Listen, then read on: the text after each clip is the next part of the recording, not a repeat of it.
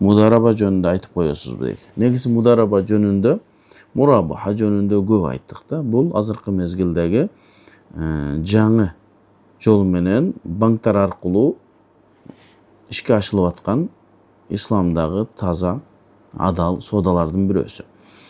Murabaha боюнча көп түшүндүргөнбүз. Бул жерде mudaraba боюнча айтыптыр. Mudaraba деген нерсе шариятыбызда илгертеден эле болгон соода.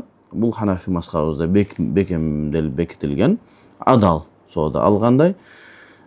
Акча бир тараптан болот дагы, иш экинчи тараптан болот.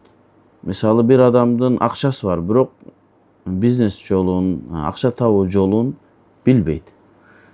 Бир адам бар, бизнес кылууну, акча табууну, соода сатык кылууну жакшы өздөштүргөн, илими бар. Демек экөө биригиши керек. Анан ошол акчасы бар айтат дагы, мен акчаны берейин, акча мен тараптан болсун, иш сен тараптан. Анан ортодогу түшкөн пайданы шарият көргөзүлгөн жолдору менен анан экөө кеңешип бөлүп алышат. Мисалы 50-ге 50 болуп бөлүп алышы мүмкүн түшкөн акчаны, же 60-ка 40, 80-ге 70-ке 30, 80-ге 20 мүмкүн ар кандай. Эмне себептен 50-ге 50 болбош керек. Кээде бир адамдар болушу мүмкүн да, менин акчам бар, кааласаң ал, кааласаң алба десе, мүмкүн ошо 50дөн дагы ылдый жака баягы бизнестин тилин билген адам макул болуусу мүмкүн. Себеби ага акча керек, иштеши керек. Кээ бирки иш билерман адамдар бар, алар иштин жолун билет. Мен иштебесем, мен акча кылбасам, мен бизнес жүргүзбөсөм, сиздин акчаңыз көбөйбөйт. Жана акчаңыз бир пайда алып келбейт. Менин өзүмдүн тажрыйбам бар. Эгерде мен менен иштешип акча табам десеңиз, анда мен 60%-на макулмун, сен 40%-ын аласың деген бир талаптар коюлушу мүмкүн. Бул экөөнүн ортосундагы келишимдин негизинде.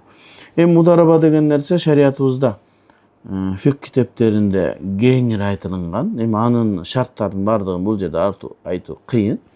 Мисалы ортодо болуп аткан бизнесте эгерде бир банкрот болуп же бир алган нерсе өтпөй калып, акчанын ордун чыгара албай калганда абалдар кандай болот? Ал фик китептеринде кеңири жазылган.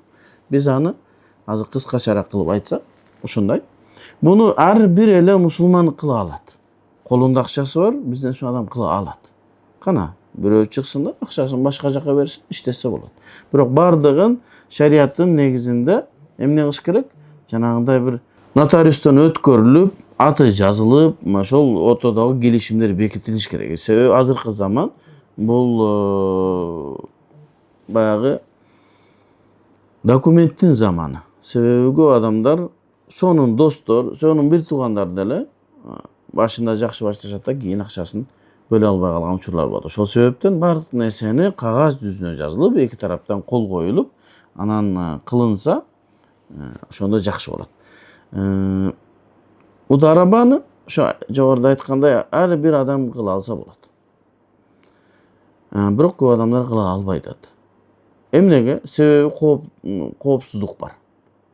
Кооптуулук бар дейбизби? Кооптуулук бар. Себеби акчаны бергенден кийин ал банкрот болуп калса, мен акчамды каяктан чыгарам деген коркунуч бар. Ошол себептен азыркы мезгилде ислам терезелеринде, банктагы ислам терезелеринде mudaraba иштеп баштады. Мисалы, банкта mudaraba иштеп баштады. Ал жерге акчаңызды коюп коесуз, ал күйбөйт иншалла. Себеби 99% же 90% күйбөйт деген сөз. Эми кокустан эле Кудай сактасын, дагы бир башка эле бир олуттуу бир нерсе болуп кетпесе, акчаңыз күйбөйт, мындай так турат деген сөз. Себеби жоопкерчилиги бар. Ислам терезеси жооп берет. Бирок башка жака караганда арзаныраак. Себеби mudarabаны банк алат дагы иштетет, аны мурабахага, ижара мунтахия бит тамлике, же адал рассрочкага салат дагы иштеп түшкөн акчаны сизге берет. Бирок азыраак болот.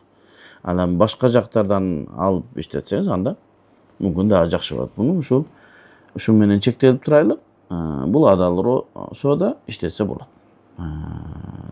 Банк менен иштесезби, же башка менен иштесезби, ал сиздин өзүңүздүн каалооңузга байланыштуу.